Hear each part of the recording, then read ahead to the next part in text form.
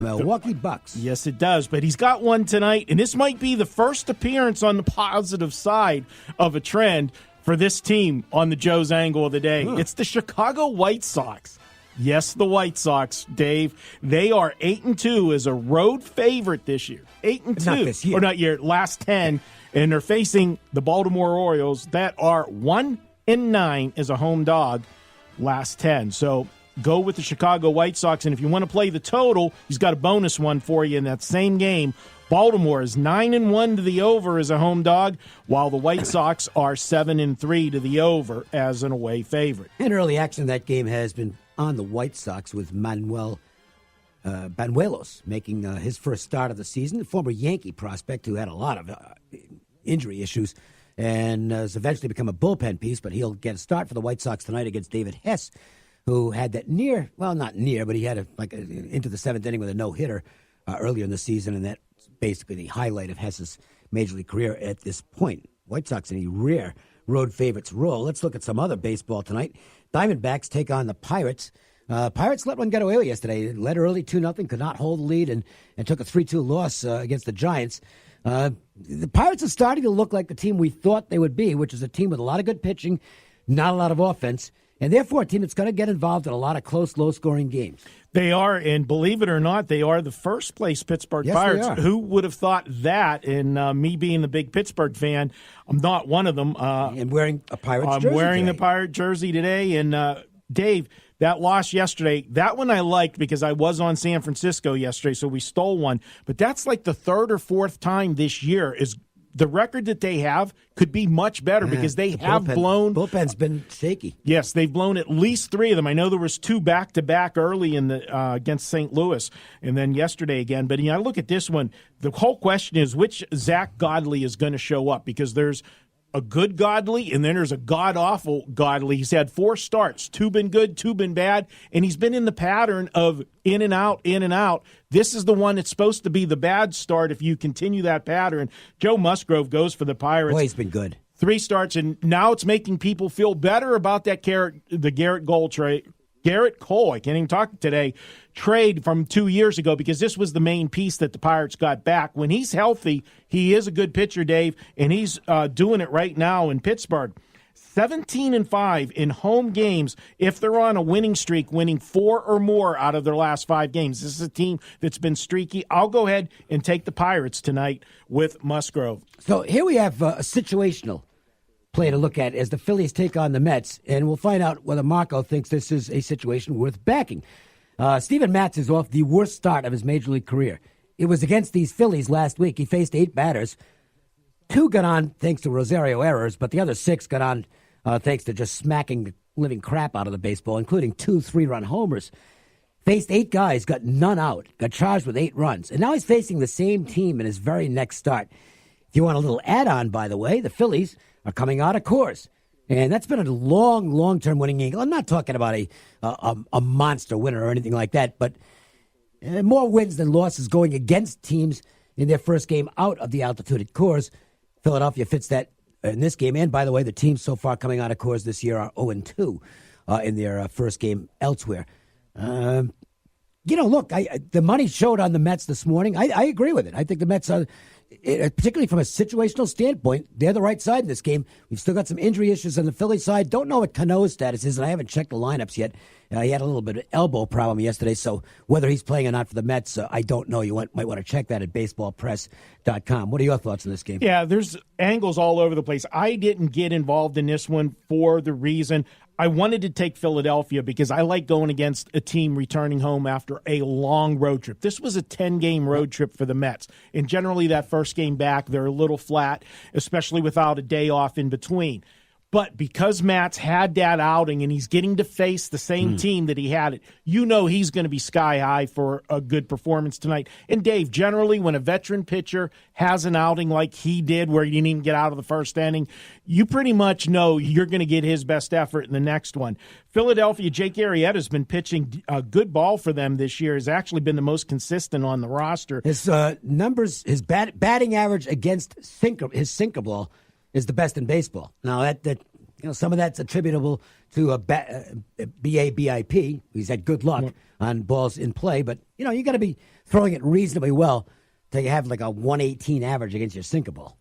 Matt's 12-4 when he makes a start following a loss the last two seasons. That's pretty good. And here's the big angle. And, the Mets this year, if you blindly just played the over in every Mets game, you're 15-4 right now. I have a small lean to the Mets, but I'm not getting involved in it just because of all of the different angles there. But the Mets would be the side. We were going to talk about the Tigers and Red Sox, but there's nothing to talk about because that game has been postponed due to some inclement weather. I think they're playing 2 tomorrow. Yankees, meanwhile, head to the West Coast to face the Angels.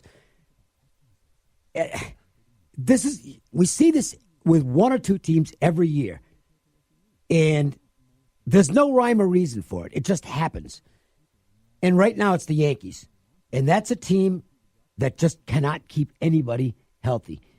The Angels, and the Angels were a classic example of it last year, and I think the Diamondbacks were as well, if I'm not mistaken. But the Angels was absurd how many games they lost to injuries. I don't think they ever had a full roster for the entire season. Right now, it's the Yankees this season. They got 13 guys on the injured list right now. 13 guys. They basically got an all-star team on the injured list with the Aaron Judge, the latest injury. Same day it's a home run, he does something to the oblique, and he'll be out for a while now.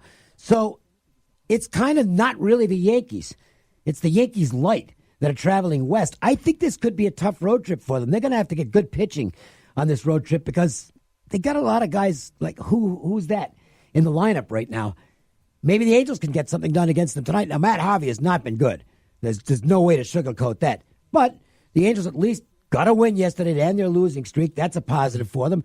And I know they'll be excited about the Yankees coming to town. Oh, absolutely. And it's not a good spot for the Yankees because you're having a team that's going from New York to L.A., off without a day in between for travel. So that's a bad spot for them.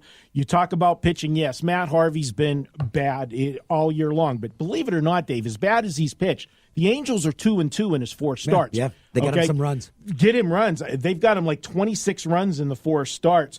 Matt Harvey facing J.A. Happ. Happ's not been good either. Happ is not. He's, I'm not going to say it's the case because it might just be a slow start. But he could be at that point in his career where, veteran starts to lose it and goes into decline. He has not been good so far. Has not. So given the situation they had, and the Yankees had to use both Chapman and Britton yesterday, and with the travel, do they come back and use them again today? I'm going to take a shot with the Angels here. They got the win. They are scoring runs. The bats woke up in the Seattle series. Unfortunately, the pitching was horrible for them. They gave up a ton of runs, but they were scoring runs at least. They got the win yesterday, and when you finally get that win, sometimes you go on the streaks. I'll go ahead and take the Angels at a very low number tonight. And how about the total? There's only one way, looking on paper, that you could possibly play this game the way the bullpens for the Angels has been and the way they're scoring in these 2 starters. So Angels and overs where I'm looking. And we're going to look at the Brewers and Cardinals for our marquee matchup. The NL Central is just going to have a lot of marquee matchups this year. It's a fun division. We'll look at that big battle next. The Las Vegas Sportsline. Cliff Miller with me, Dave Cokin. We're talking about what's happening at MJ Christensen at Boca Park. And let's talk about diamonds because they're a girl's best friend and they're also the most intimidating thing in the world for guys. They see a GSI 1 carat and one's $4,000 and one's $14,000. And they don't understand why. That's why people are flooding into MJ, because we'll sit you down and educate you and help you select the perfect diamond for your occasion. MJ Christensen, something special for the love of your life. Located at Boca Park. On Twitter, follow us at the LV Sportsline and at ESPN 1100. What's hot today? It's time for the WagerTalk Marquee Matchup of the Night with Marco DAngelo. WagerTalk.com. Start winning now. Well, the National League Central Division is going to be a fun division because right now you can make a case there are no great teams, there are no bad teams. The Reds even show some signs of life, and the other 4 teams certainly are going to be around. So whenever they match up in divisional play, it's going to be some pretty good stuff. The Brewers have a first-time starter on the mound tonight at St. Louis against the Cardinals. Both teams can hit the ball. Looks like it's going to be a fun game. You look at this one, Dave, and just like we talked about the Mets game, you got a pitcher who had a very bad outing getting to come right back in his next start against the team that he had it against, and that's Jack Flaherty. He got bombed at Milwaukee, went, I think, two-plus innings there, gave up a ton of runs. Worst outing of the year, but he's going to be facing, you talked about a guy making his first start, Adrian Hauser, 26-year-old pitcher, come up from AAA San Antonio, where he has a 1-0 mark, an ERA of 1.10, and his whip was 0.73, only 16 and a third innings, but he was pitching very good down there, gets the call. I don't know about you, Dave, but I like taking guys in their first start because they have the advantage over the hitter the first time through the league. And I think we're getting just a little bit too much of a price here on St. Louis. They finally started winning and put together a nice winning streak where Milwaukee had a little bit of a losing streak after a good start. Yep. But I think $150 is just too high for these two teams. Hader got used yesterday in a non-save situation. They brought him in the top of the ninth with the score tied. I'm not a fan of that. Well, it's kind of, that falls into that. It's not a technical save, but it is in a way to preserve the tie going into the bottom of the ninth inning. Right. So at home you usually use your closer in that spot. I just think that the mentality of a pitcher, of a stone cold closer like he is and as good as he is, it's just not the same when you're not pitching for the save. You know, you're pitching just to remain tied. Hader didn't have a great weekend against the Dodgers. No, he did not. Because Enrique Hernandez got him for a 3-run homer, which really helped me on Friday and then yesterday. This is value play for me tonight. Advice to young Mr. Flaherty. Just don't bother pitching to Yelich. Hey, just holy cow. He'd have another home run. Bellinger robbed him of a homer yesterday. Yeah, absolutely amazing. I wanted that one yesterday. I was on Milwaukee. $9 Monday at WagerTalk. I have a play up. That's a $9 play. It's a strong play, I believe, and lots of really hot handicappers at WagerTalk right now. Yeah, I've got a play up tonight as well in baseball, and staying in the role of underdogs, small favorite. So we got to play up there. But check out, there's a lot of hot guys, as you said. And you can get that at WagerTalk.com. Time for us to check out our Lions Physical Therapy Play of the Day. It's the LPT Play of the Day. Tonight's best bet from Lions Physical Therapy.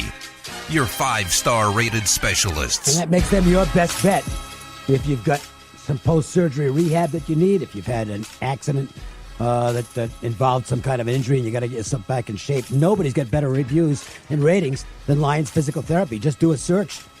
And you'll see for yourself the glowing reviews that have been posted. You can also follow them on Twitter at LionsPTLV to find out the latest in innovative techniques that they're using at Lions Physical Therapy. So we go to the LPT Play of the Day, and we haven't talked about this, so I'm just going to throw it out there. I think the Dallas Stars will be winners tonight. I think they've just taken the upper hand in this series against the Nashville Predators.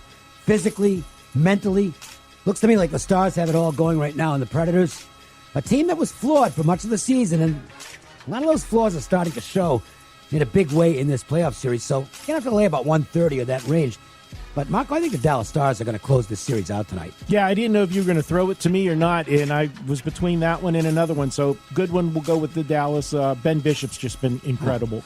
And so has that Ben line, the first line for Dallas, which has been outstanding. All right, Dallas Stars, your LPT Play of the Day. Thanks to Chuck Esposito from Sunset Station Casinos. Don't forget the big draft bash taking place there on Thursday. It's going to be the best in town. Also, a terrific spot to watch tomorrow night's Game 7 between the Golden Knights and the Sharks at Sunset Station. Thanks to Chuck Esposito. Thanks to Marco DeAngelo. Ari Platinum, great job as always. We'll do it again tomorrow with Jeff Sherman from Superbook USA at the Westgate.